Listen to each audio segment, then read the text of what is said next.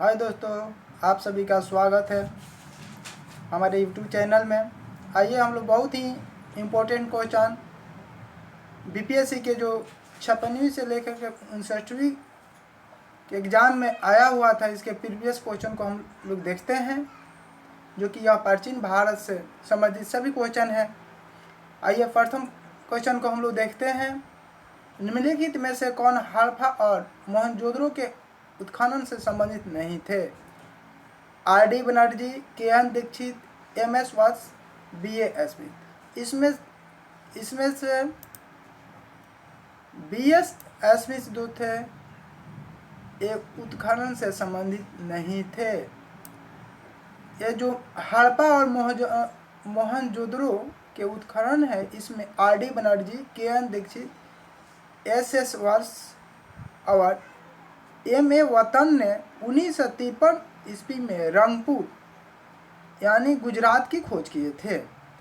और जो BA. Smith थे, ये विदेशी इतिहासकार थे जिन्होंने इतिहास के बहुत ही पुस्तकों की रचना की है, जिसमें से the Oxford history of India, art of India, the early history of India प्रमुख पुस्तकों के इन्होंने रचना की है।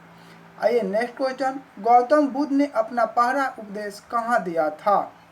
ऑप्शन है वैशाली, कौशाम्बी, सारनाथ, पावापुरी। इसका राइट आंसर है सारनाथ। ये 6 वर्ष के तपस्या के उपरांत 35 वर्ष के आयु में वैशाख पूर्णिमा के दिन बोध गया में निरंजना नदी के तट पे, यानी किस नदी के तट पे? निरंजना नदी के तट पे ज्ञान को प्राप्त किए थे। उसके उपरांत उन्होंने सारनाथ यानी वाराणसी में अपना पहला धर्मोपदेश दिए थे।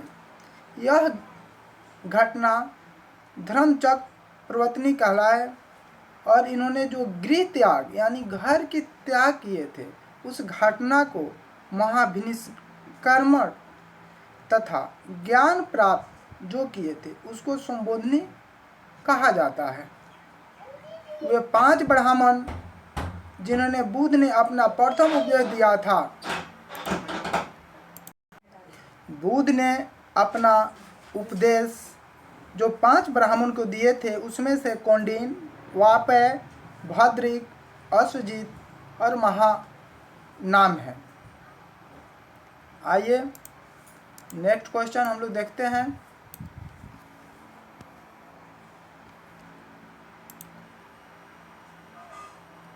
नेक्स्ट क्वेश्चन है, इंडिका का लेखक कौन था? ऑप्शन है विष्णुगुप्त, मेगस्थनीज, डायमेकस, प्लिनी। इसका राइट आंसर होगा मेगस्थनीज।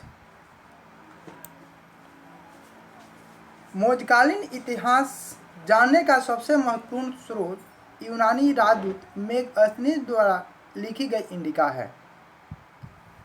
यूनानी के शासक सेल्यूकस ने अपना दूत बनाकर चंद्रगुप्त मौर्य के दरबार में भेजा था। चंद्रगुप्त मौर्य ने अंतिम समय में जैन धर्म को स्वीकार कर लिया था। चंद्रगुप्त मौर्य जो है, जो अपना शरीर का त्याग संलेखना विधि के द्वारा किया। विष्णुगुप्त जो चाणक्य का उपनाम था, जिन्होंने अर्थशास्त्र की रचना की है। आइए नेक्स्ट क्वेश्चन। प्राचीन भारत का नेपोलियन किसे कहा जाता है?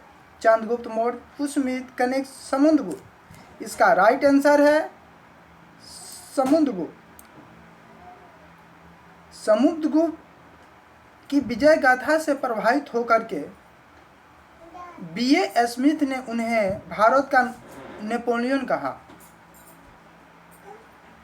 समुद्रगुप्त का दरबारी कवि हरिशन था। समुद्रगुप्त को वीणा बजाते हुए सिक्कों पर दिखाया गया है। आइए हम लोग नेक्स्ट क्वेश्चन देखते हैं। हर्षवर्धन के शासनकाल में किस चीनी यात्री ने भारत की यात्रा की थी? फयान, ह्वेनसांग, इत्संग, तारानाथ। तो इसका राइट आंसर है ह्वेनसान।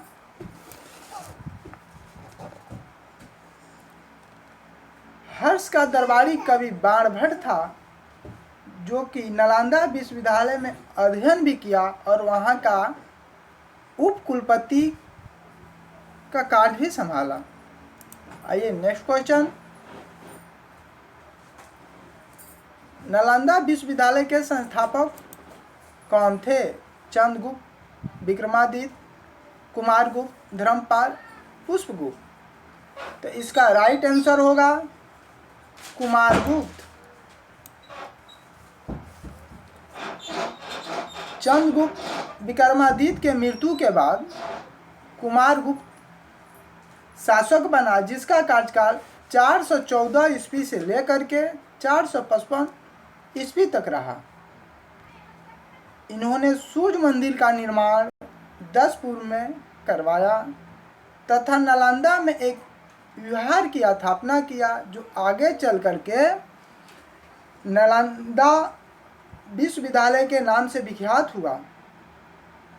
तथा हम लोग के बिहार में दूसरा भी विश्वविद्यालय विक्रमशिला विश्वविद्यालय था, जो काफ़ी विख्यात था, जिसकी स्थापना पाल शासक धर्मपाल ने कराया था। आइए नेक्स्ट क्वेश्चन देखते हैं हम लोग। नेक्स्ट क्वेश्चन है, 2.5 जीन का झोपड़ा क्या है? मस्जिद, मंदिर, संत की झोपड़ी, मीनार। तो ये है मस्जिद। हम सब जानते हैं कि कुतुबुद्दीन ऐबक भारत का प्रथम मुस्लिम शासक था, जिसका उपनाम लाख बख्श था। उसने ही कुतुब मीनार का निर्माण आरंभ कराया था। अजमेर में 2.5 दिन का झोपड़ा नाम से एक मस्जिद बनवाया और इसका मृत्यु लाहौर में पोलो खेलते समय हुआ था। आइए नेक्स्ट क्वेश्चन, तुजुक ए बाबरी किस भाषा में लिखा गया था? फारसी, अरबी, तुर्की, उर्दू। तो इसका राइट आंसर होगा तुर्की। भारत में मुगल वंश के संस्थापक बाबर ने चगताई तुर्की में तुक ए बाबली या बाबरनामा की रचना किया था, जिसका बाबरनामा का फारसी अनुवाद अब्दुल रहीम खान ने किया था। यह बाबर की आत्मकथा थी। बाबर ने खनवा युद्ध जीतने के बाद गाजी की उपाधि धारण किया। बाबर पितृपक्ष से तैमूर तथा मातृपक्ष से चंगेज खां का वंशज था। आइए नेक्स्ट क्वेश्चन, हल्दी घाटी के युद्ध में महाराणा प्रताप की सेना के सेनापति कौन थे? अमर सिंह, मान सिंह, हकीम खान, शक्ति थी। तो इसका राइट आंसर है हकीम खान।